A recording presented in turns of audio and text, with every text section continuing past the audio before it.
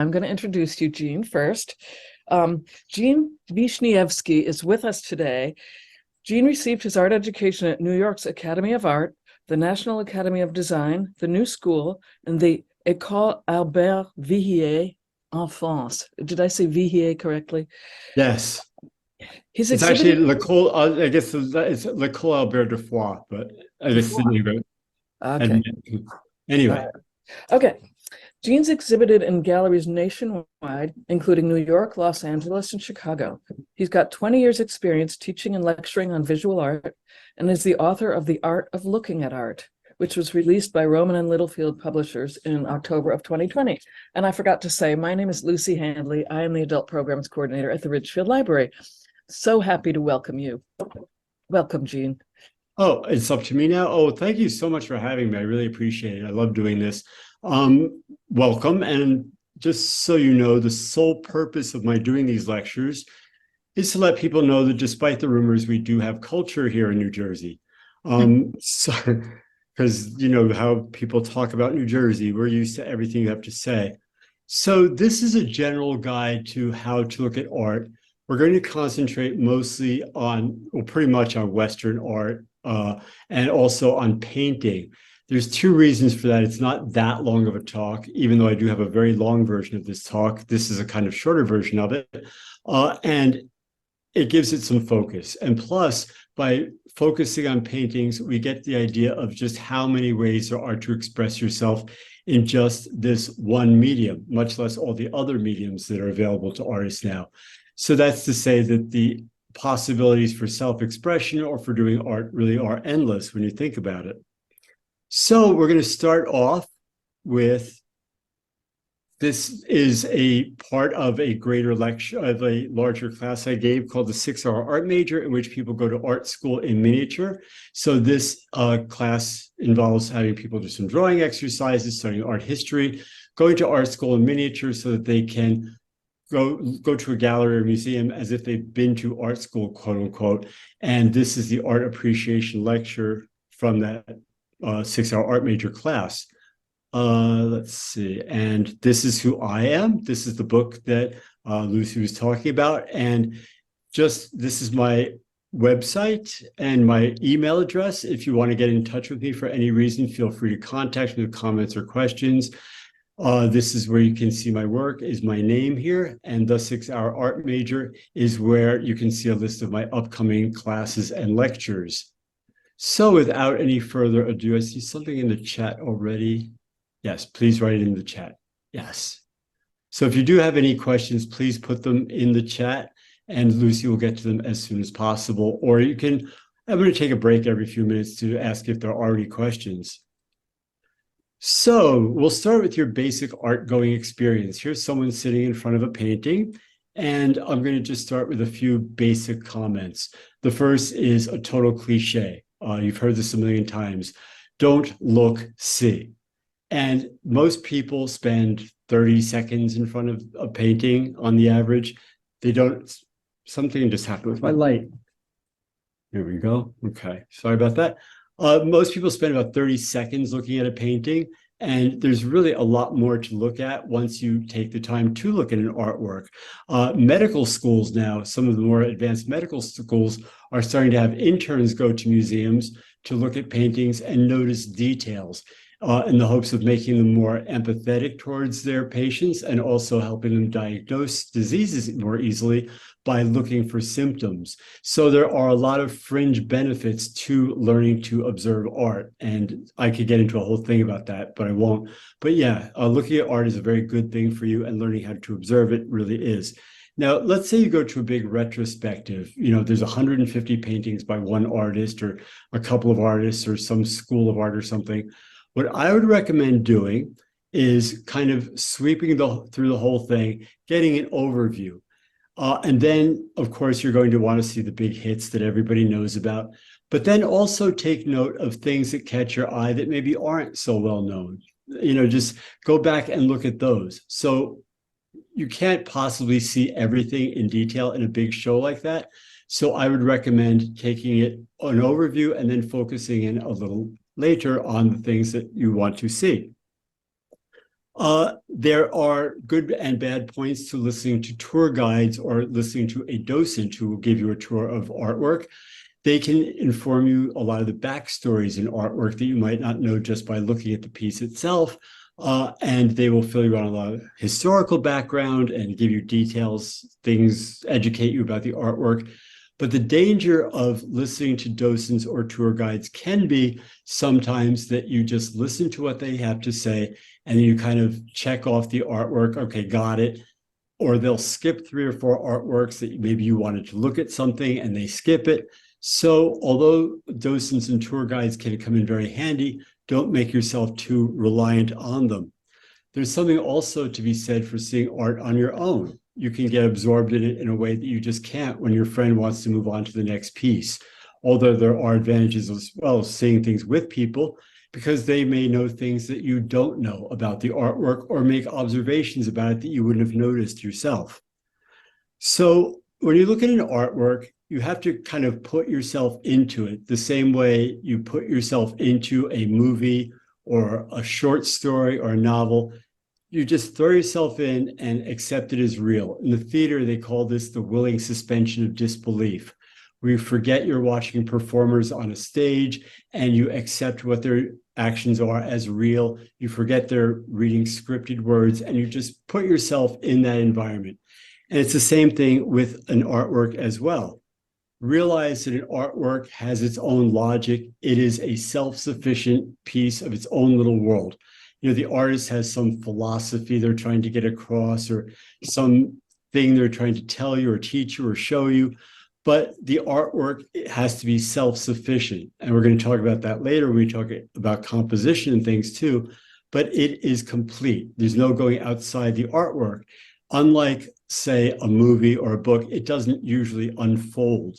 There are exceptions. You know, there's video art where you have to sit there and watch it, you know, have a plot unfold just like you would a movie. There are Chinese scrolls which were meant to be unrolled slowly and walk through. But for the most part, a piece of art is right there in front of you and it is self-contained. So when you look at an artwork and you indulge yourself in this or involve yourself in this little world, start by asking yourself maybe a couple of offbeat questions. What would I call this work if it weren't called what it was called? How are the people in this artwork like me and how are they different from me? If this painting had a soundtrack, what would the soundtrack sound like? And this can also be for a painting like this. It's totally non-representational. I mean, certainly you could think of what kind of music would accompany this artwork.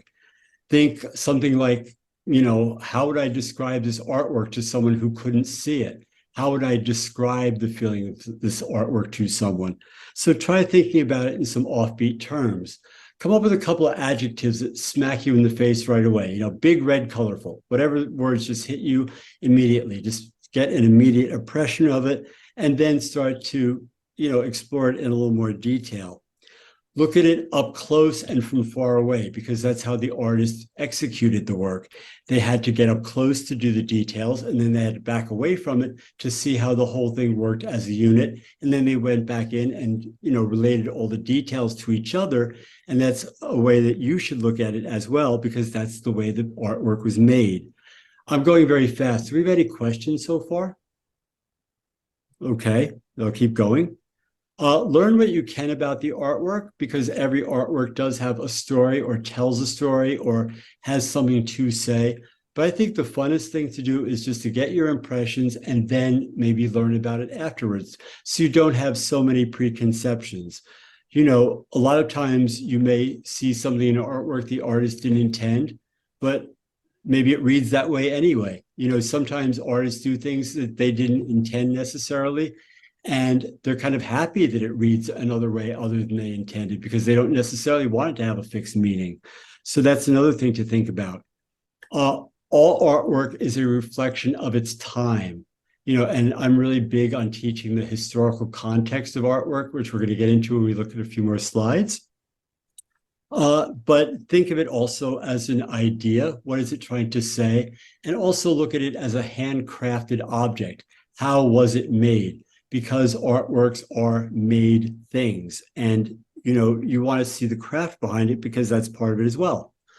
Realize that what you like in an artwork says as much about you as it says about the artwork. We're drawn to certain artworks because it says something to us. It speaks to us on some level, and so we wander towards it for some reason because we're attracted to it, what makes us like it. It'll help you with a little bit of self-analysis as well. So that's an awful lot of notes right there. So far, any thoughts, anything? Okay. Next slide, find the arrow here. There we go. So it's also important to think about how art was made and why it was made. Art serves all kinds of purposes, everything from advertising to furthering political causes to more immortalizing some famous person. Art has millions and millions of purposes, but at one time, prior to the modern age, art was made at the behest of very wealthy patrons. And it was made to order. Basically, in the history of art from ancient times up through the Middle Ages, the religion or the leaders of the country would commission artwork to put in the public square, to adorn their palaces with, to put in the church to teach people their religious lessons. But it was made by people in charge, and it was commissioned to the artist, and it was made according to the specifications of the patron. So the idea of an artist expressing themselves through their art was completely foreign. In the Middle Ages, the late Middle Ages, maybe around the year 1000, 1100, towns became very powerful again. Towns had fallen, by the wayside during the early Middle Ages because they had the feudal system. You had these lords of the manor with their huge estates, and there hadn't been towns since the days of the Roman Empire. So toward the end of the Middle Ages, around the year 900, 1000, 1100, towns start becoming very powerful again, and towns start being built all over the place. And there's a wealthy merchant class who made products, and they joined guilds. They went into a profession. Very often it was the profession of their family. And a guild was sort of like a trade school, a work-study program, and artists worked for guilds, as did every other profession. There were guilds for bakers, there were guilds for metal workers, there were guilds for all kinds of businesses, and it was sort of like a trade union that protected the interests of its employees, and artists were no different in the Middle Ages. As a matter of fact, up until about the year 1000, we hardly know the names of any artists at all, because it was the guild that was producing the artwork, not the artist. To give you an idea of the regard that artists were held in during the Middle Ages, they started as apprentices, where they would be sweeping floors or mixing plaster or mixing paint. Then eventually they would work themselves up to a journeyman, which meant that they maybe would work on the background of a painting, or they would wander around doing work the secondary figures, or maybe painting the animals in paintings. Sometimes they went from town to town and offered their services. And then eventually they would do a painting of their own and present it to the guild. And if the guild thought it was good enough, they would allow the journeyman to open their own shop and become a master artist and employ their own artists. And that is where the term masterpiece actually comes from, was this idea of presenting your painting to the guild so that they would approve you to become a master artist. And to give you an idea of how artists were thought of back then, the words apprentice, journeyman, and master are still used to this day for plumbers and electricians. So that is to say that artists really were working people, blue-collar professionals, high-end professionals, but still working professionals. It really wasn't until the Renaissance in the 1400s, when you had artists of great genius like Raphael and Michelangelo and Leonardo da Vinci, that artists started getting more respect. And eventually, when Michelangelo was a very old man, they opened in Italy the first art academy. And here is where artists started going to college rather than being blue-collar workers. They studied liberal arts just like the nobles that they worked for, even though they weren't of the same class. In Europe, most artists came from the working class. Nobles did not paint, they were painted. Artists started going to college and getting a real education and getting a lot more respect, and they were sought out for their own individual artwork. And that is a big shift in the art world that happened during the Renaissance. But even still, they were working at the behest of their patrons. So their patron would say, okay, I want you to paint the ceiling of my church. I want to commission a statue for the town square. Whatever they wanted, artists were still employees, just college educated, more respected employees. Hold on one second. I see someone else took a drink at precisely the same moment I did. In any case, this is a typical piece of classical art. This depicts the story of Narcissus and Echo. Echo falls in love with Narcissus. Narcissus falls in love with himself in his reflection. Narcissus Echo finally pines away from her love for Narcissus and becomes nothing but a voice. Narcissus eventually turns into a flower called the Narcissus. And this is the kind of stuff that's typical of classical art that was done for wealthy patrons. This was high up on the echelons of the kind of art that was acceptable. You know, the big biblical epics, glorious battles from days past or recent victories in battles, you know, stories of Roman and Greek religions. This was the kind of subject material of classical art. Now, moving on to the next slide, this is a painting from the mid-1800s by Gustave Courbet. Now, this is a very large painting, but if you look at the subject material, it's common everyday road workers. One of them even has a rip in his shirt. They're doing manual labor. This, believe it or not, is a very, very revolutionary painting because the idea of depicting common everyday people was thought of as not a proper subject for art. So this goes to show that argument about what is art, what is not art, goes way, way back. It's nothing new. In any case, this is really the beginning of modern art. Modern art, in my book, starts with the French Revolution. We already talked about the Art Academy in Italy, which, you know, Italy ran the art show all throughout the Renaissance and for the next 100 years after that. But then along came Louis XIV in France, and he shifted the focus in art and pretty much all luxury goods and anything having to do with what was chic to France from Italy. And the French Academy became the most important academy in Europe. And this is in the mid-1600s until the early 1700s, when Louis XIV was king of France. So the French Academy, as I said, held sway over all the other academies. And that's what we're going to focus on from here on in with the talk, as far as modern art is concerned. So in the 1790s, the French Revolution happens. The monarchy in France is overthrown. And for the first time, you did not have to be an Academy member to show at the annual salon shows that they gave every year or every 2 years that showed off the work of Academy members and the teachers and the graduates.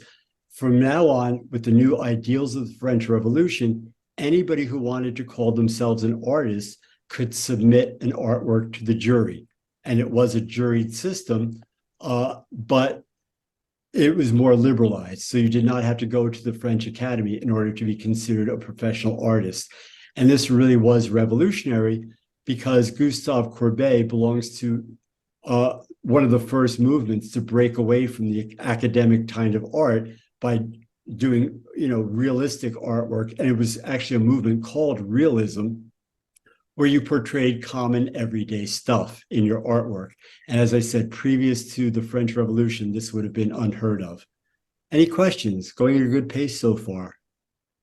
Okay, if I lose anybody, let me know. The whole point is to make this accessible. Okay.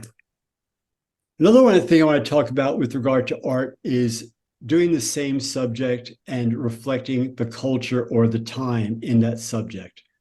These are two statues called a Pietà. The one on the right is probably the most famous Pietà there is. It's Michelangelo's. It's in the Vatican in Rome and in St. Peter's Basilica.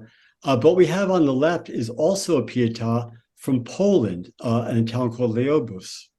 And this is from a little bit earlier in a more rural part of Poland. This is a very small town. It's only a couple of thousand people living in this town. And this is a more kind of medieval style Pietà. And you can see the difference in the time and the viewpoint that these two statues put across.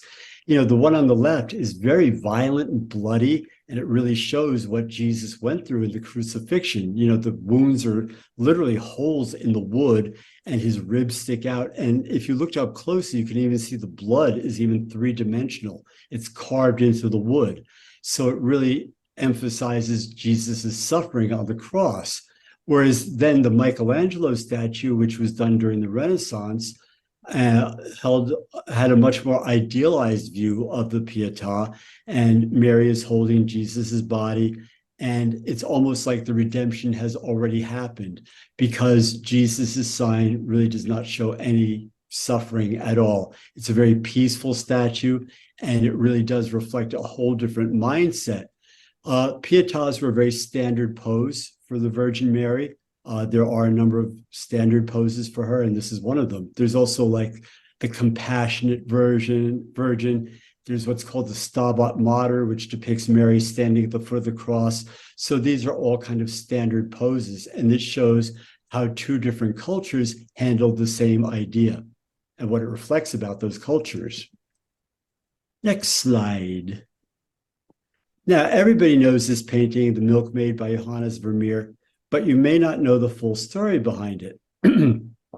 As I said before, up until the French Revolution, for the most part, art dealt with very grand subjects, epic battles, what I call the stuff you'd see in a Cecil B. DeMille movie, all the big biblical epics, all that kind of stuff. However, in the 1500s, Martin Luther and John Calvin broke away from the Roman Catholic Church and established Protestant churches, and this is the Protestant Reformation.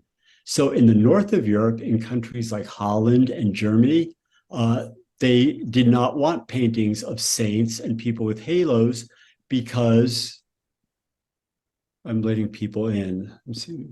Hold on. Okay, admit. Sorry, I'm just taking a break to let some people in. Okay. So in the north of Europe, the Protestant religion was much more simple. They wanted a more direct relationship with God. They were turned off by the corruption of the Roman Catholic Church. So they did not want paintings of saints. They did not venerate saints and the Virgin Mary the same way Catholics did in the south of Europe. So they wanted paintings that dealt more with their everyday life. Also, Holland and Germany were run by the middle class. They did not have a noble class to commission paintings, so their paintings were commissioned by wealthy business people. Holland was immensely wealthy in the 1600s, and so they commissioned paintings that were more about things that they knew in their daily life, glorifying their beautiful Dutch landscape or showing genre scenes like this of everyday life. Very often these paintings had a moral story behind them. So in this painting, which everybody knows, you see a milkmaid. She's not officially a milkmaid, she's a housemaid, but because she's pouring milk, they call her the milkmaid. But she's probably making some kind of bread porridge for the family's dinner that evening. But there are certain erotic undertones to this painting that you might not know about. And here's where I talk a little bit about paying attention to the details.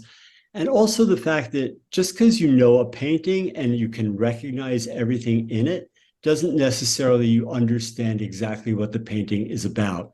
In this painting, like I said, there's certain erotic undertones.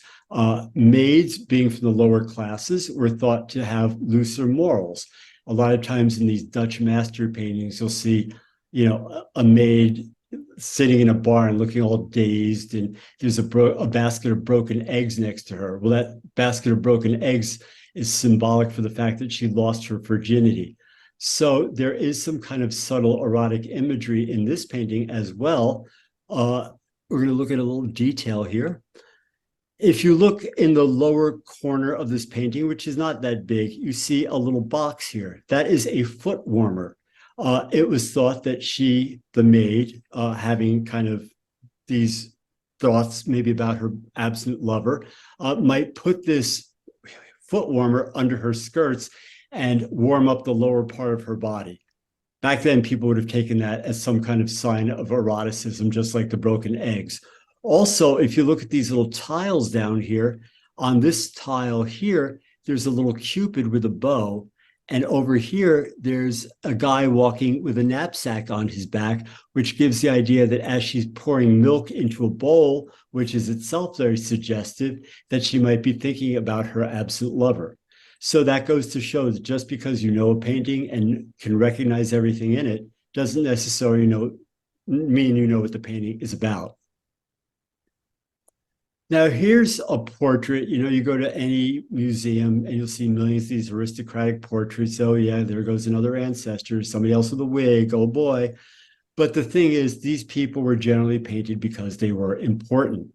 And this woman, you've never heard of her. You have no idea who she is, but she was probably one of the most famous women of her time.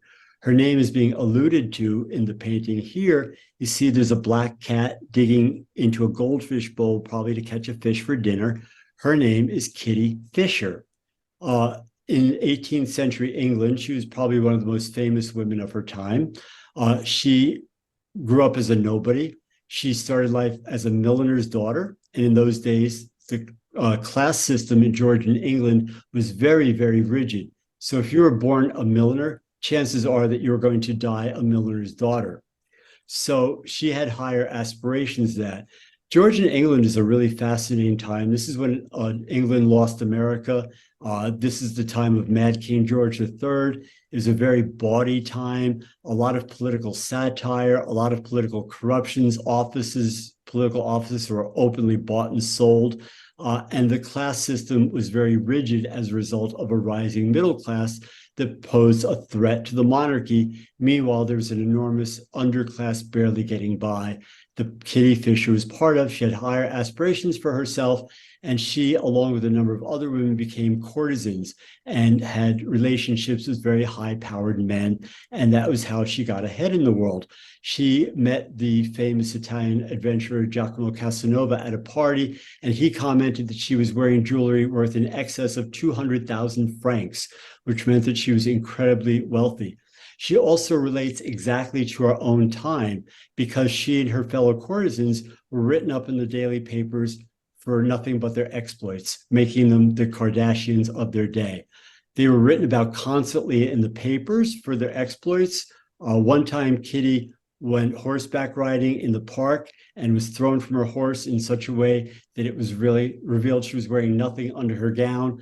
People were kind of shocked by this. She broke down in tears and thought her career was over. However, it worked just the opposite, and she became even more famous as a result of this exploit.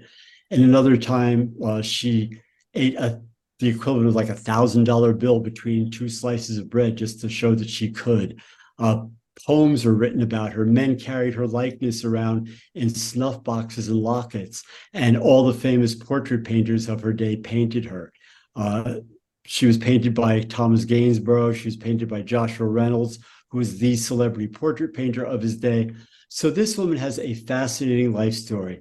Around the age of 27, she decided to give all her money to charity and marry a member of parliament. Sadly, she died a year later of smallpox or maybe the lead in her makeup and was buried in her favorite ball gown. So here's a woman who represents, to a T, her own era, relates to our own time, and has this fascinating life story. And if you don't know anything about Georgian England or who this woman was, you're just going to pass this portrait by. I remember a woman who heard this lecture once saying, well, now I'm never going to go buy a portrait without seeing who it's of. And I said, well, not everybody is that interesting, but it does at least pay to look up the person and see who they might be, because they were people of power in their day. Any questions? I'm interested in the paintings themselves and the art. I understand knowing the culture and the background is also important for looking at art, but every piece of art we're going to see, we won't necessarily know the background. So we need to at least be able to understand better how a painting is constructed and more about. We're going to get to that. These are just some fundamentals. We're going to get into a whole thing about that. Don't you worry. I'm not worried. Huh? Not worried. Okay. I thought at first I said I'm bored. I was like, oh, please no. Don't worry, we'll get to all that. Now, here's another thing with regard to context This is one with the history of the artwork versus the history behind the artwork. This painting was done around the time of the French Revolution, but the story of the painting goes back to 6th century BC Rome. This guy here's his name is Lucius Junius Brutus.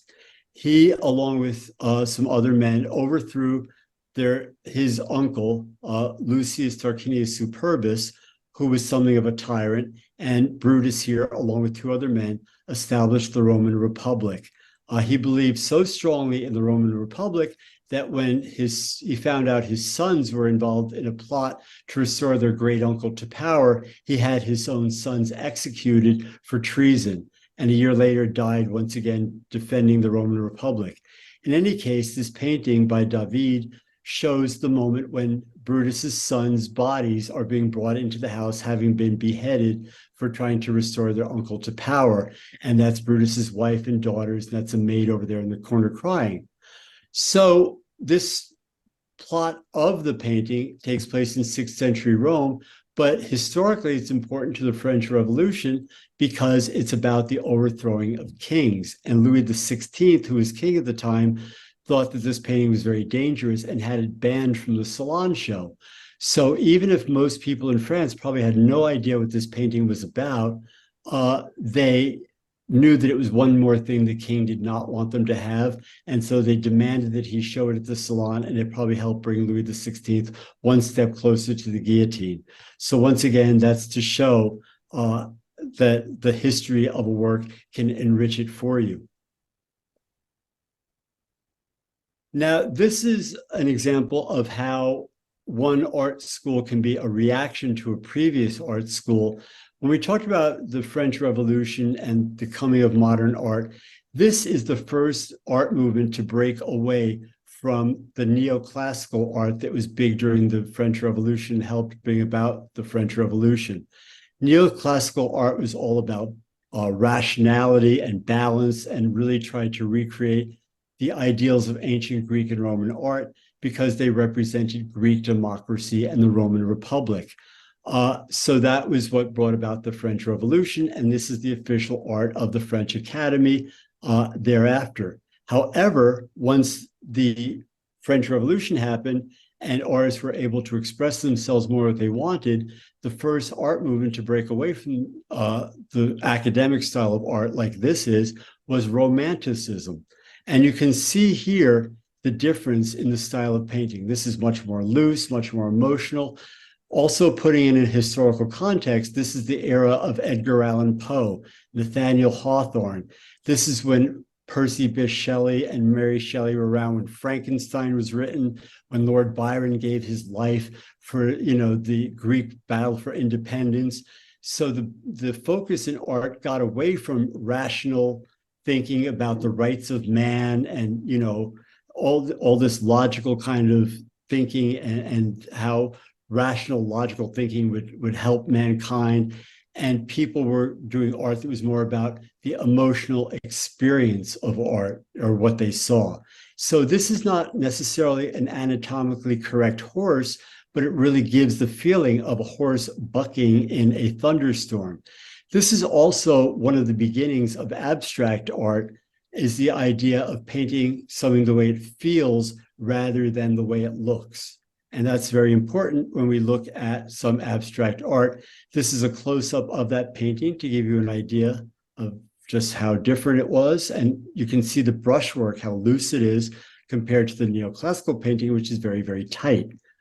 Now, this is an abstract painting, and I'm going to make a distinction here that a lot of artists and even people in general, art critics, don't make. I make a distinction rather, between abstract art and what's called non-representational art. And I'm going to point out some examples here. This is an abstract piece by an artist named Paul Klee, and it's called Park near Loo. Loo meaning Lucerne, the city in Switzerland. And once you find out that the title is Park near Loo, you can see, I think now, a park. You see things that look like trees and pathways and grass and water and maybe people exercising in the park. it really does give the feeling of a park during the daytime with all the activity. This might be a tree, this might be a fountain. It's all abstracted, but the whole idea is that it doesn't want to depict a park the way a park looks. It wants to give you the feeling of a park, just like the Delacroix horse gave you the feeling of a horse rather than a real horse. Now, to me, abstract art always involves a real object. Your cousin George, a landscape, a bowl of fruit. And the reason I point that out, because there's also non-objective art, like this piece by Sean Scully, who's a contemporary artist. This piece of art has no subject. It's not about anything. It's not supposed to be a park. It's not supposed to be anything other than the painting itself. And that is why I use the term non-representational for this kind of work, because there is no object. Now that affects not only the way you look at the art, but the way the artist made the art in the first place. If you're an abstract artist and you want to do an abstract version of a horse, you're going to refer to a horse. You're going to have a picture of a horse in front of you, or a horse, or some representation of a horse, and you're going to think about what that horse says to you, and then you're going to change the way that horse looks to give the feeling of what you think of that horse. Now, if you're doing a non-representational piece like this, there's no horse. There's nothing you're referring to. You and your canvas are alone. So that means that you are not supposed to, as an observer, read anything into this art, and the artists themselves wasn't thinking about anything other than how the painting felt, or how the paint went on, or the mood they're trying to get across. Is this clear to people? Is this making sense? Because I think, yeah, this way it's you and your painting, and you're communicating directly with the canvas. If you're doing an abstract painting, there's an object you're referring to and thinking about. So I think it's a whole different process. There's something in the chat here. Yes, there is. The people exercising in the park. Okay, we can go back a slide. Well, I'm not saying that's necessary. Like, I see this here. I see that as kind of a figure. To me, I see this as kind of a figure. It may not be. I'm not saying it necessarily is, but it could also be a pathway. It could be some kind of landmark. So that's what I see in these shapes. I see trees. This could be a fountain. So it's open to interpretation. But the idea is that it's trying to give the feeling of a park. Did that answer your question for you? Whoever asked it? Okay. I'm assuming yes. So when I look at this Sean Scully painting, I'm not thinking about what real thing is here. I'm thinking about, what do these colors say? What does the black say? Black is very special in an artwork because black can be either a solid or it can be a void. Like, we could be looking into a big empty space with these blacks, or it could be a black brick kind of thing. There's a structure here, and other than that, it looks like a very unstable structure to me. So am I saying it is some kind of building? No, I'm saying that's what it suggests. And that's based on my own interpretation. Now here, we're going to start talking about how the artwork is made, the process of making an artwork. If you look at this painting by Jackson Pollock, a lot of people still don't get Jackson Pollock, but look at this painting compared to the last one. Look how much movement is in this painting compared to in the Sean Scully. I mean, your eye moves around the canvas, but if there is any movement in this painting, it's very slow, because this is a very structured kind of heavy painting. Whereas Jackson Pollock, it zizzes all over the place. And in Jackson Pollock's case, it really is all about what the paint can do. He put his canvases flat on the floor and used house paint, and he threw the paint at canvases with sticks or let it dribble onto the canvas. Very rarely did he actually touch the physical canvas itself. And this was a whole new way of painting, but it's all about what can paint do. And it was called action painting because it was almost more about the painting of the painting rather than the painting itself. You can really look at a little tiny detail of this Jackson Pollock painting and see all this color and all this movement. And it's all about trying to see what the artist did. How did they do it? What was the gesture behind this? It's sort of like, the same way somebody can write "wash me" in the back of a dirty windshield, and you could tell that they traced it with their finger. Or, you can see somebody try to half wash their windshield and didn't get it really clean. And that the kind of mark going over the dirty windshield with a rag would make. It's kind of the same idea with paint strokes. You can look at them and you can kind of tell what the action was that made that paint stroke. And that's what Jackson Pollock's paintings are all about.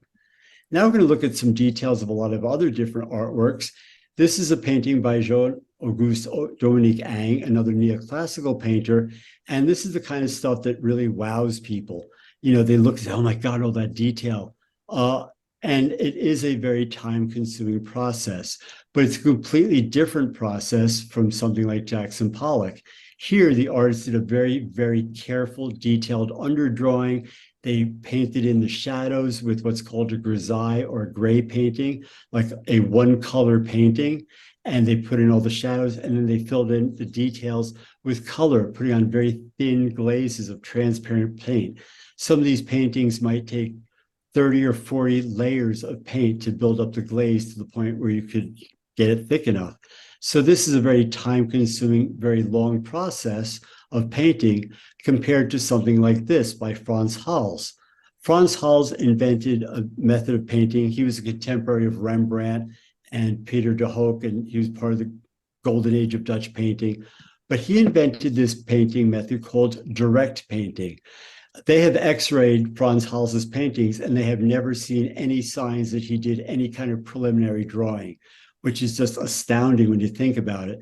But when you look at the detail, you can see the paint is really thick and it goes on right on the canvas. It's not like built up with thin layers of glazes.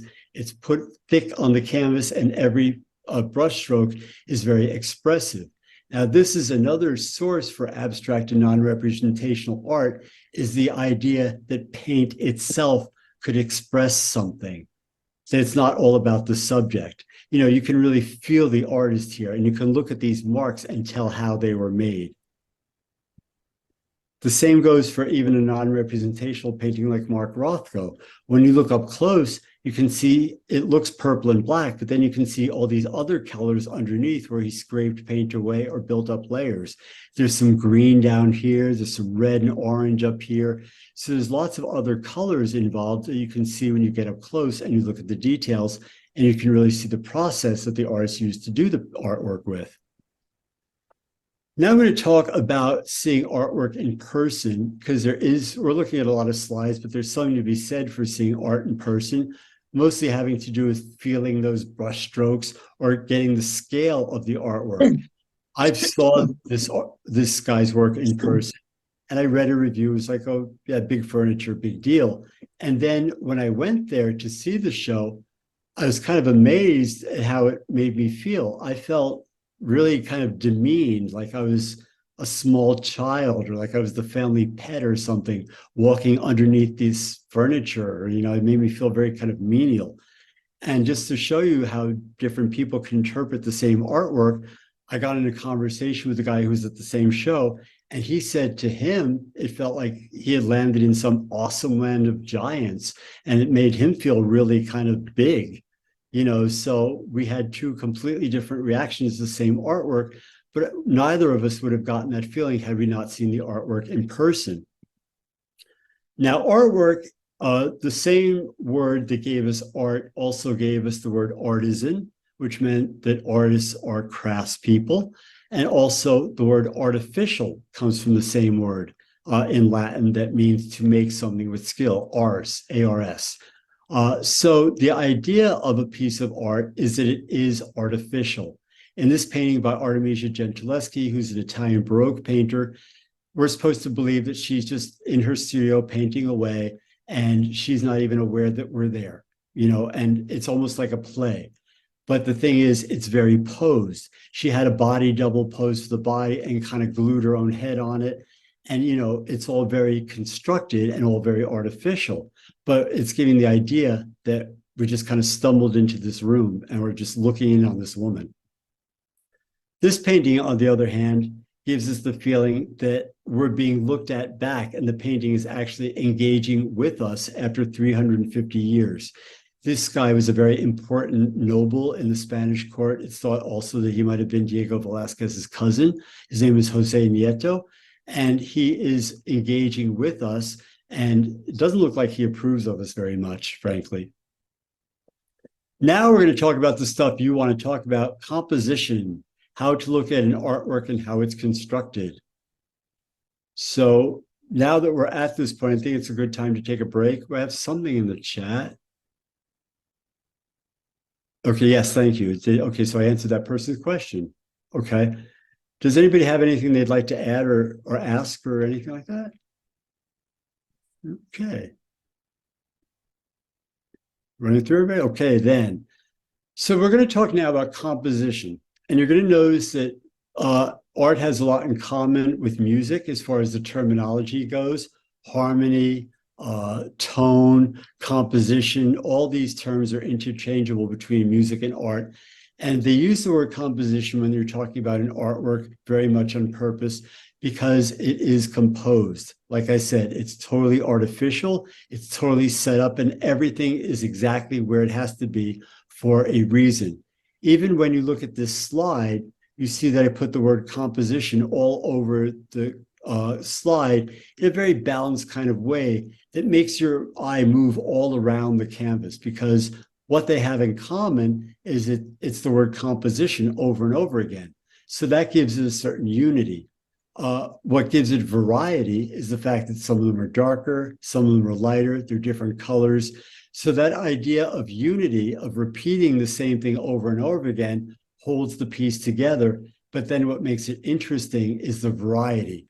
So that's something that comes into play a lot with artwork, and it's something we really have to keep in mind anytime we look at any artwork, that it's all a unit that's tied together, and it's very much on purpose, and you have a sense of unity also with variety to make the trip worthwhile. So let's start with, this is a perfect example of that. This is a non-representational piece by Vasily Kandinsky, one of the first artists to do non-representational art. There is no subject here. It's all about just color, shape, and space. But you'll notice that there is a lot of repetition. There's squares here, there's squares here. There's two curves going up here, there's two curves going down there. There's verticals holding it together, there's a horizontal holding the verticals together. Even if you look at the background, you see the gradates from dark to light. If this background were all one color, your eye would have no reason to come down here. This lighter part in the lower right-hand corner pulls the painting together. If it were solid gray, the whole painting would be off balance and go toward the upper left. You need this lightness down here. Also, you notice he plays with what's in front of what. Here, clearly the black bar is in front of the circle, but here it looks like the circle is transparent, and here it's hard to tell where the circle is at all. It might be a completely different unit. Is it even a circle, or is it all separate pieces? So not only is there, a composition around the canvas of tying this to this, you see this is pointy, these are pointy. There's red here, red here, red here, red here. Purple down here, purple up here. All this is very specifically balanced, but the whole idea is that it is a unit and it holds together. There's also not only a feeling of around the canvas, but in and out. Some things appear to be coming forward, while some things appear to be going back. Like if you look at this black circle, it appears to be coming in front of this circle here, which maybe isn't even a circle. So without even any shadows or anything, you have a feeling of depth to the painting. We're going to talk about that. That's a very important element in artwork, because you're dealing with a three-dimensional world, but a canvas is flat. And we're going to talk about it a little more later. We talk about space in a canvas. Now, here's an example where the composition actually adds to the plot. If you look at this painting by Caravaggio, clearly this guy's getting cheated at a game of cards. This guy's pulling a card out of his belt behind this guy's back while he's looking down his card, and this guy's giving him a signal. This guy, obviously, his gloves are ripped. This guy is not as well dressed. This guy's wearing black velvet, very expensive dye. from Spain that costs a fortune. So he's obviously very well heeled. These guys, not so much, but they are ripping him off at a game of cards. But you notice there's a lot of triangles. There's 3 heads, 3 sets of hands. There's a triangle here. There's a triangle here. There's a little triangle here, a little triangle here. You notice the way the stripes on his doublet tie together with the stripes on his sleeve, and they lead right down to his hands with the cards. So that's a visual path. I mean, it's not always jumping around from this set of hands to this set of hands to this set of hands. Sometimes you have these paths that make a smooth transition, and here these lines lead right down to the cards. His gaze is on him, his gaze is on his cards. These 2 guys are gazing at his cards, he's looking at him. But even this little stack of chips here, oh, this is the little thing you mix the dice in for the backgammon. That's what it is. Even that little white down there is necessary, because if that backgammon board weren't down there, there would be no reason for your eye to come to this part of the canvas. So that's really necessary. You also see the white on the die shaker here matches the white that's on the wall here. So this is all very specific. But anyway, I talked about triangles. The most important triangle is right here. You have this green line here where his arm is. You have a black line here on his shirt, and you have a shadow across the table. Within that triangle, you see this guy's hand and this guy's knife. So it kind of adds to the plot by giving you the idea that if this guy discovers he's getting cheated at cards, he could wind up in the river somewhere in not too good shape. So as I said, all this stuff is very specifically set up very much on purpose. Now we're going to talk about focal points. Focal points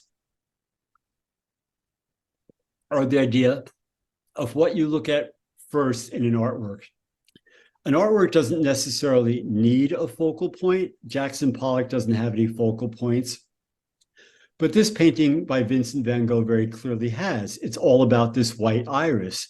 It's the only really white thing in the whole painting, although you see there are little splatters of white in other areas to kind of refer to that white and balance it out a little bit. But it's also in a very important place. It's right at the dividing line between the yellow flowers and the purple flowers.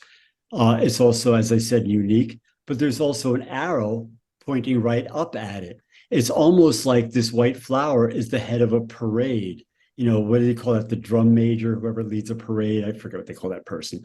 But it's almost like this white flower is heading a parade of purple flowers. And, it's in a very specific place where you look right at it. So that makes this the focal point of the painting. Now, here's an example by Rembrandt where there's 3 focal points. And when you have an order of focal points, it's called hierarchy. This is called deposition from the cross, and it shows Jesus's body coming down from the cross. And the strongest light is on Jesus because that's the most important element in the painting. Then you have a secondary artificial light on his mother Mary fainting into the arms of some strangers. And then there's a third light on the women preparing the shroud for Christ's burial. So this hierarchy of 1, 2, 3 gives you an idea of what's most important in the painting. And once again, the composition kind of adds to the plot here. We have another chat. Oh yeah, everything, as far as does the artist intend things, even when an artist has, does things that are totally by accident, it's a decision whether to keep that accident or not. There's a term for aleatoric art, is art that's made that incorporates an element of chance.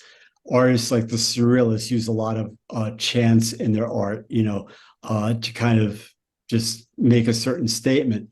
But even if there's an accident, it's very much on purpose kept. So everything that winds up in an artwork, even if it's accidental, is on purpose.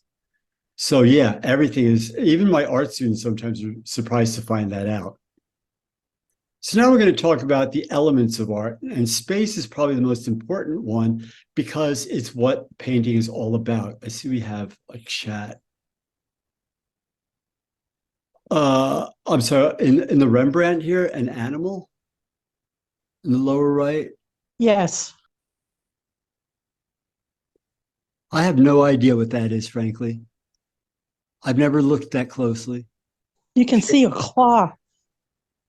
I'm not sure what it is. I've never seen this painting in person, so I really can't tell you what it is.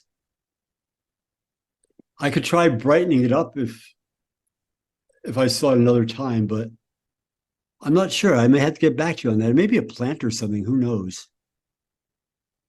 I'm sorry. I feel so inadequate. Thank you. Well, that I didn't answer your question. Wait, let me see if I brighten it up. Can we tell what it is now? It looks like a plant of some sort. A tree or something. I can't see a thing. I guess because I'm on a little laptop. No, I'm on a little laptop too. No, it's some kind of bush. That's what it is. It's a bush. Cynthia thinks it's a leopard. No, I think it's a bush. Okay. I don't think it's a bush. I can see pretty well. It's a plant of some sort. So let's tone down the light a little bit. See, you learn something every time you teach a class. Leopard? A leopard? No, I think it's a plant. If I saw the painting in person, it'd be more obvious, but I think it's a plant.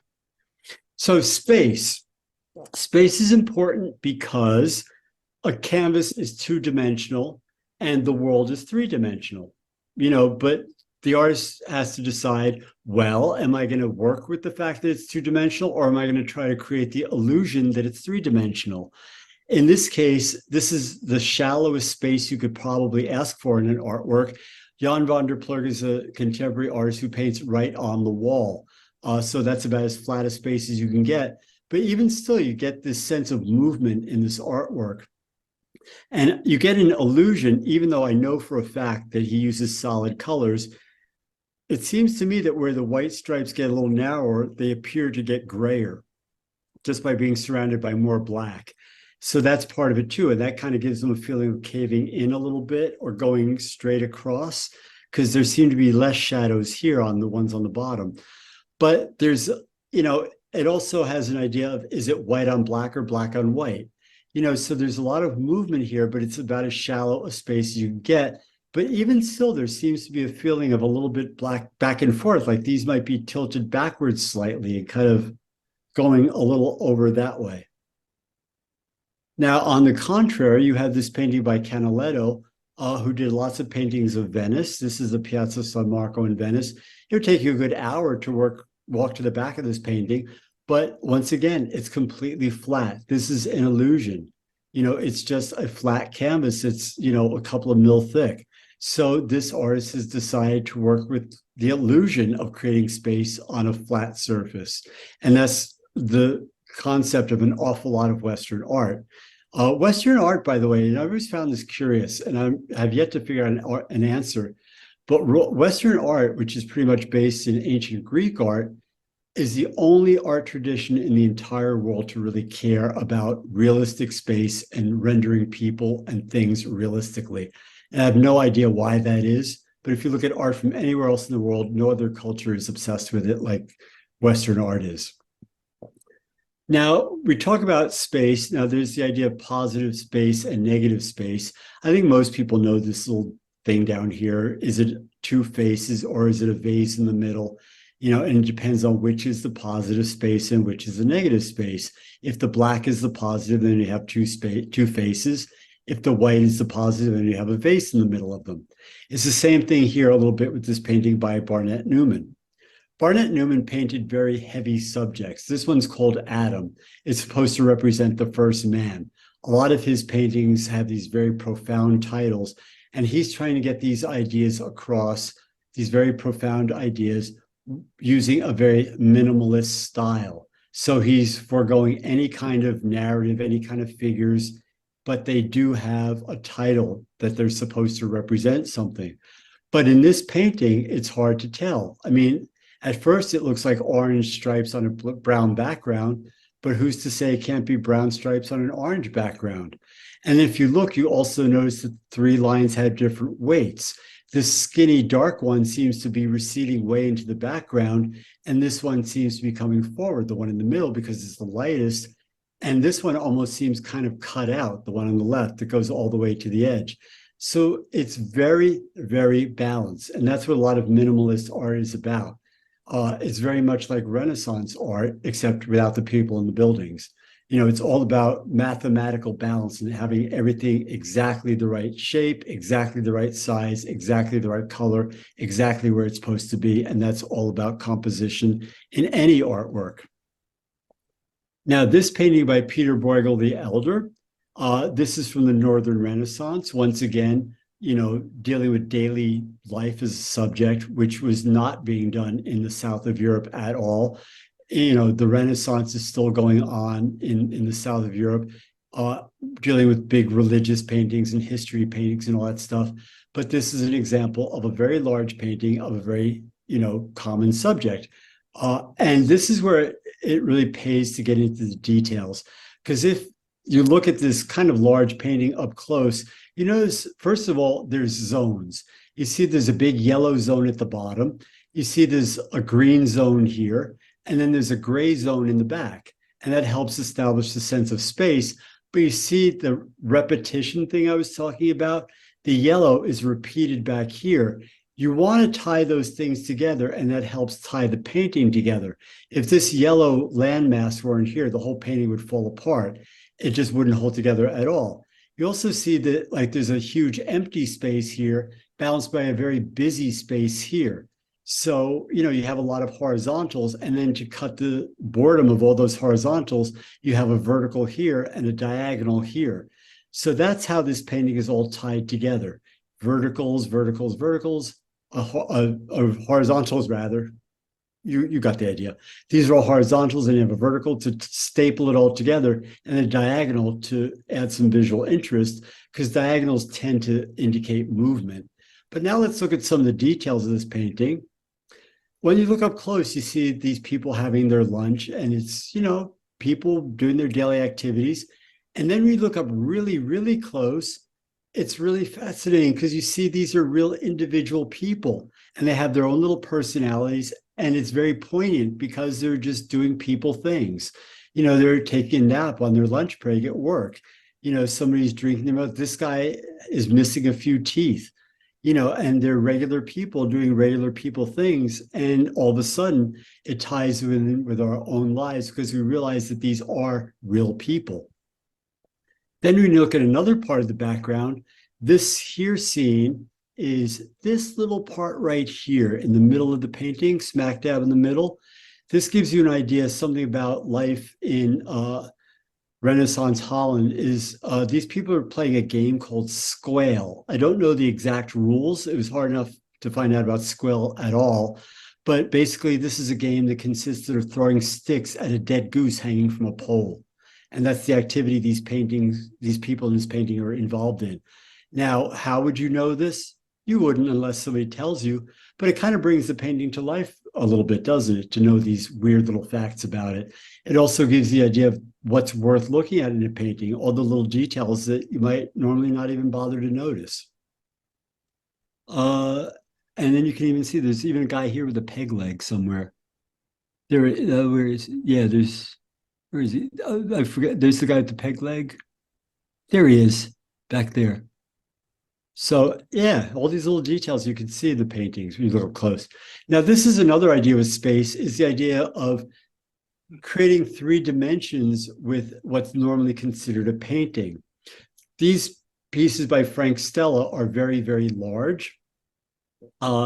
They are painted wall sculptures, he calls them, because they're halfway between paintings and sculptures. They are colored, but at the same time, they jut out of the wall. And unlike in a painting, the way they're lit and the shadows they cast are also part of the artwork themselves. Lucio Fontana was an artist in the 60s who used to slash his canvases with a knife. And first of all, it's kind of transgressive. It's a kind of violent act to cut a canvas with a knife, but it also destroys the canvas for any possibility of making a real space, but also makes it a little bit into a sculpture, because on either side of that cut, there's a little lip that either sticks in or out. And while it's destroyed the flat surface of the canvas, it's actually created a 3-dimensional surface of a sort. And so these are some people playing with the flat surface. And here's somebody who really plays with a flat surface. Ellen Etsui is an artist, contemporary artist from Ghana, and he's making a statement about colonialism because he takes a lot of products that are from Western import, like the caps off liquor bottles or strips cut from evaporated milk cans that come from the West, and he makes these enormous sheets of metal, kind of like chain link armor almost, and they're enormous. You can see here's one hanging from an actual building. This is from a retrospective he had at the Brooklyn Museum. This is hanging from the ceiling of the Brooklyn Museum. They can be bunched up on the floor like a sculpture, or they can be hung from the wall like a painting. And even as a painting, you can change where the wrinkles are. So by using these Western materials, he's recycling. So making a statement about upcycling things, also making a statement about Western imports into Africa, and creating these beautiful pieces that take months and months to make. And really the question, what is a sculpture? What is a painting? And really play with space in an interesting way. Scale and proportion. Scale is having to do with things that are apart. So a basketball is bigger than an orange, or the Grand Canyon is very large. That's scale. Proportion is the measurements within things. So the average human body is about 7 heads tall, or how much whiskey to how much soda. So scale is something like this here. This is bigger than this. Now, even by just making this bigger than this, even though it's the exact same shape, the exact same color, it still gives you a feeling just by the fact that this is smaller, this is kind of receding toward the back, even though it's just as dark and the same shape. So this is one example of scale. This is another example of scale to make some kind of statement, which I find really interesting, but it just makes for a very absurd kind of painting that the chick is so huge and this guy is kind of nonchalantly staring off into space while this huge chicken is walking around. So this is another example of scale. This is very big and this is very small, but it's a reversal of expectations. Now, scale is sometimes used to indicate importance. In this painting from the late Middle Ages by Cimabue, an Italian medieval painter, the Virgin Mary and Jesus are more important than everybody else, so they're bigger. You see this in Egyptian art and certain other traditions in art too, where importance is indicated by the size of the figures. Now, this is another example of scale where something is just very large. Klaus Oldenburg and Kusha von Bruggen made these enormous sculptures of everyday items to make you look at them in a whole different way. This is in a park in Chicago. It's also a land bridge. I'm not sure if you can actually walk on it though, but it's also a fountain. But it really makes you think of, this chariot and the spoon in a whole different way by making it so enormous in this common everyday object. Somebody's in the chat. A spotted golden thistle plant. Somebody's very specific. That plant in the bottom of the Rembrandt. Thank you for that. You just saved my skin. Okay.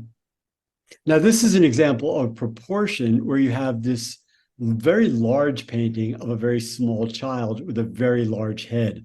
Yoshitomo Nara is a contemporary artist who paints children who look very angry and are very large. And his rationale is that he makes these children look very threatening and emphasizes the size of their head to emphasize their threatening expression, because this is all kids have. As far as he's concerned, kids are really defenseless. And it's kind of a statement about life in general sometimes, about having to put on a really fierce facade to protect yourself. So that's why he paints these very angry looking children, is because he feels they're so defenseless and this is all they have to offer. And that's the statement he's making.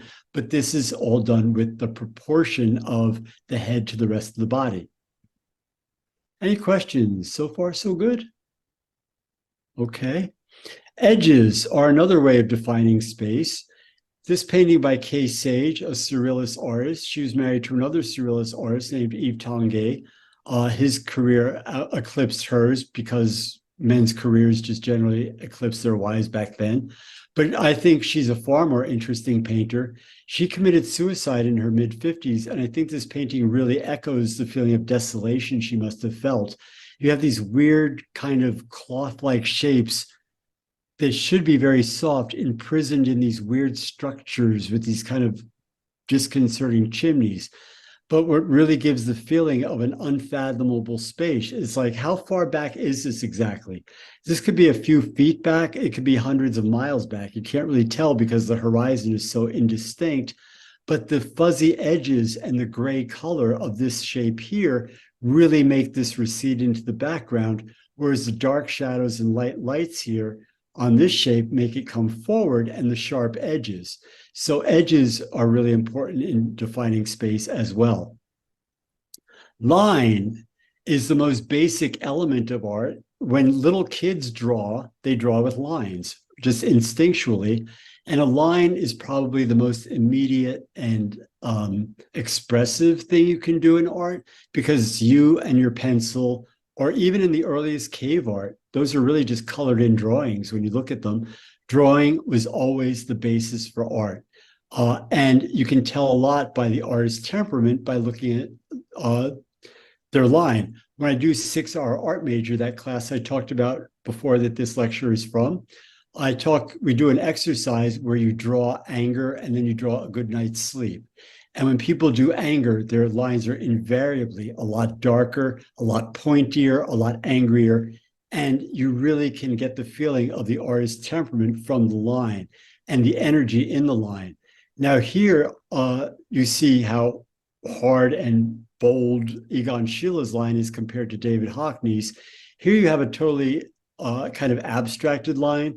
This is from Cy Twombly's Blackboard series. They're very, very, very large paintings, and they're meant to replicate the look of chalk on a blackboard, but just making scribbles, not writing anything that makes any sense.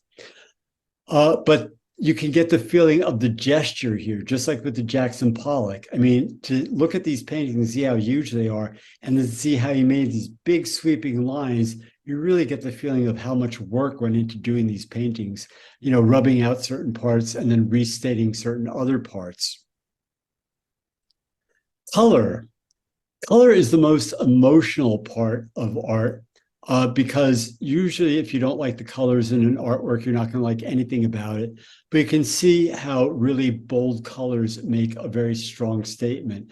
Ernst Ludwig Kirchner was a German expression artist who worked between the wars. He committed suicide when he was declared a degenerate artist by the Nazis right before World War II, and 600 of his works were destroyed by the Third Reich. In any case, he did these paintings of German street life, and it really gives the idea of, you know, just these garish colors give a real emotional statement about what he saw. Compared to, say, a monochromatic painting, meaning it's based in one color, in this case, green, which can be very calming because there's not a lot of jarring juxtapositions of colors. Mark Wagner is a contemporary collage artist. His collages are made all out of cut up $1 bills, and they're extremely work intensive. He cuts all the little details out of dollar bills with an X-Acto knife. This is from his George Washington at Large series. This piece is called Rub-a-Dub. And think about it, George Washington is Mr. Dollar Bill. He kind of represents America on the dollar bill. And in this series, Mark Wagner has George Washington like mowing his lawn with a power mower, working as a lion tamer, and in this boat. So he makes a lot of subtle statements about wealth in America using collages out of color or cut up dollar bills. But they have a built-in monochromatic color scheme because they only have this one color of green because they're made of money. This is a black painting. It is not completely black. There is more going on here than you think. This is not to explain every black painting in the world, because there are a number of black paintings and they all have different contexts. They're all slightly different. They're all made at different times, and they all have different statements to make. But I am going to explain this one series by Ad Reinhardt that was done in the late 50s and early 60s that appear black at first glance. They are not black. I'm going to show you the next slide where this black painting has been digitally enhanced. If you notice, there are actually 3 colors here. It's like a tic-tac-toe board with 9 squares. The 4 in the corner are slightly red. These 2 are slightly blue, and the 3 across the middle are slightly green. Now continue to stare at this painting as I talk, because as I talk, if you keep staring at it, you're going to see that it changes. The red, blue, and green color scheme is based on the color cones in our eyes. That is how the human eye perceives color. You've probably heard the the RGB color scheme. That is how color appears on a TV screen or on a computer monitor, and it corresponds to the color cones in our eyes. Now, as you look at this, which is basically black with a little bit of red, blue, or black with a little bit of blue, black with a little bit of green, you will see that as one set of cones wears out, another set of cones will kick in, and the painting will subtly start to change in front of your eyes. Now, this is a very subtle effect. The paintings are not this bright in person. At first glance, they really do look black, and it takes a couple of minutes for this effect to take place. Are people seeing this happen as I talk? That the painting does transform slowly? And it all has to do with the way your eyes react to the colors within the black. But really, when you see them in person, they look a lot more like this. Now that you're looking at the original, can you see the cross in there? See, here's the 3 green ones across, the 2 blue ones, and the red ones. This shows up in person when you look at it after a few minutes. Value is darkness or lightness in a painting. We have another chat. Let's see what somebody asking here. Yes. Oh, that was okay. This painting has a very low-key value scheme in that it has a lot of very dark darks and a few light lights. This is very unnatural. This was done for emotional effect. There's no way you're ever going to see shadows this black outside or lights this light. You only get light effects like this when you shine a flashlight in a dark closet, or if you have a bonfire in the middle of a black wood. But this is done by the Baroque Italian painter Salvatore Rosa. Real interesting character. He was an actor and a playwright as well as an artist. He was always in trouble with the law. He had to once leave Rome for 8 years because of a satire he wrote about his contemporary, the sculptor Bernini. In case you wonder what his attitude toward life is, this painting is called Philosophy. It's thought to be an idealized self-portrait. And to give you an idea of what his philosophy is, this little placard that he's holding in his hand says, in Latin, "Unless what you have to say is better than silence, please keep silent." So he was a very sardonic character, like I said, always in trouble with the law, and it shows in his art. Now, on the other hand, you have this painting, advance. This painting by Wayne Thiebaud, one of the very few happy artists out there, very high-key color scheme. You see the shadows are very light. This is a lot more naturalistic, even though it's pretty brightly colored. And you see the value gives a whole different feeling than, the dark shadows on the Salvatore Rosa painting. So value has a lot to do with emotional impact as well as color does. Shape and form. Now, here we're dealing with shape, with space again. You look at what's on the left here, you have a circle. Now, this is where the illusion of painting comes in. If you put a little bit of shading on that circle, all of a sudden it turns into a sphere. And it looks three-dimensional, even though it's still flat as a pancake. Then if you put a shadow behind the circle, the sphere, what's now a sphere, it looks like it's actually sitting on something. So shadowing is the illusion that makes a painting look three-dimensional. So a form is two-dimensional. A circle is a form, a sphere is a shape. A square is a form, a cube is a shape, a triangle is a form, a pyramid is a shape. So shapes are 3D and forms are 2D, but in a painting, you're trying to give the idea that 2D shapes are 3D. Now, Al Held in this very large painting is kind of playing with, well, what's a form and what's a shape? Because there's no shadows to give you an idea of what's sitting on what. but like you see this yellow trapezoid here that seems to be receding into space could actually just be a flat trapezoid. You know, like this looks like an impossible box that couldn't really exist in real life, or this triangle that couldn't really exist in real life. And then all of a sudden, this side of the box turns into a flat pink shape. So he's really trying to give the idea of creating space by confusing what's form and what's shape and not having any shadows. Texture is one last thing we're going to talk about, because this is where you really get the feeling of the artist. Frank Auerbach piled so much paint on some of his canvases that they were literally impossible to hang on a wall because they would just keep knocking the nails out of the wall. But they are very heavy and weighty. And if you look at a detail, you can see just how many colors there are. And to put this much paint on a brush and not have it turn muddy is really quite an accomplishment. And this almost turns into a completely non-representational painting, even though it's part of a face.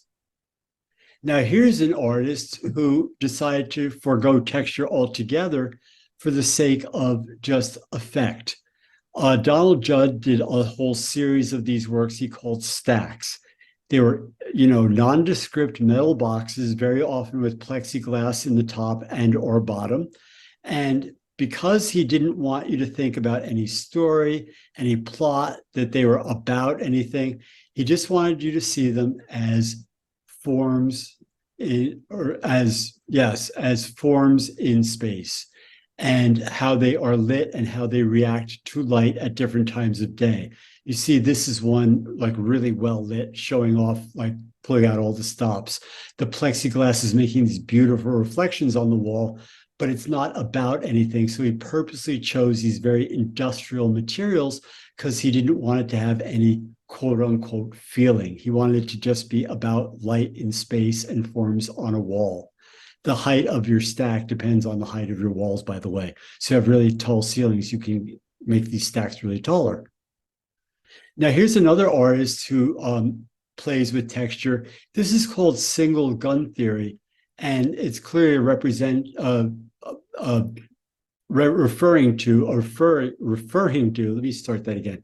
It's clearly referring to the Kennedy assassination, because there's always been, people have always wondered about the Kennedy assassination. Was there really a lone gunman? There's all kinds of conspiracy theories that the CIA was involved, that the mafia was involved. And, to this day, the question about who actually killed John F. Kennedy is, brought up in the single gun theory. And that's what this piece is called. And yet it's made out of very soft, plushy, hand-dyed fabric, which is a very kind of weird juxtaposition when you think about it. It's all velvet and felt and very soft materials, but it gives this feeling of this explosion, because what I see here is a trajectory of a bullet and then an explosion all around it with this just riot of colors that are very violent. So it does give the feeling of exploding and violence, but it's very soft materials, which is, I'm not sure exactly what it's saying, but it's something to think about. Now, this piece from Merritt Oppenheim, another surrealist artist, has a very visceral feeling to it, because you think of a teacup, and this fur touching your mouth is just kind of generally ooky, and it gives you a very visceral feeling. Now, the thing about texture in art is that it has to really kind of be felt more than experienced, because you generally don't touch art. There is art that's meant to be touched, but for the most part, it's not a good thing to touch art. So it's really felt more than actually experienced. Now, this is an example of what's called implied texture. This is another Ang painting, another neoclassical painting. And what's interesting about this is that the silk on the chair and the dress feel almost more real than she does. She doesn't really look like she's made out of flesh. She looks more like she's made out of ivory or something. But this is called an implied texture. Something is painted so realistically that you can almost mistake it for the real thing. And now we're going to end with just mentioning quickly a list of some of the other art forms that are available. And I'm going to read a little bit of an essay I wrote just to give you some ideas to finish up with. And that's where we're finished. So with looking at this list, like I said, in the longer version of this lecture, I go into all these different other art forms, but we don't have time to get into that today. But it just does give you an idea of how many ways there are to express yourself in art nowadays. So before I get into my little spiel here and read my closing statement, does anybody have any final questions? There is something in the chat. Thank you. Oh, wonderful. Oh, good. Somebody liked it. Thank you very much. So let me just finish by reading this little thing I wrote. Viewing an artwork you don't know is like coming across a box of old photographs or some gadget whose function you can't determine at a thrift store. It's your decision how much of a relationship you want to have with these images or this object. You may take a quick glance and move on, or you may take some time studying the people there in front of you, taking in the details of the scene and contemplating what they might be thinking. You might examine that unfamiliar appliance to find out who made it and when, and imagine the lives of those who used it. Up until a very short time ago, painted, printed, cast, and carved images, almost all of which were produced at great time and expense, were the only ones people saw. The number of images people were exposed to on a daily basis was a fraction of what it is today. And for most, those images were limited to public monuments, the paintings and statues that embellished churches and taught them their Bible stories, and the occasional sign for shop, inn, or tavern. Let's see. In every work of art, there's a backstory that makes it an artifact of its time. The artist, the artwork, and the aesthetic are all products of a particular era, place, and mindset. The artwork serves as an introduction. This process can work in reverse. A personal fascination with a time or place can inspire you to seek out artworks that educate you further about that time or place. To fully understand a piece means understanding its origins. When you look at a portrait, think, is it of a person or of an idea? Of a person or a state of mind? Of a person or a position? Who is this person there before you? Are they granting you an audience? What might their life have been like? What can we tell about them when we begin to study their face?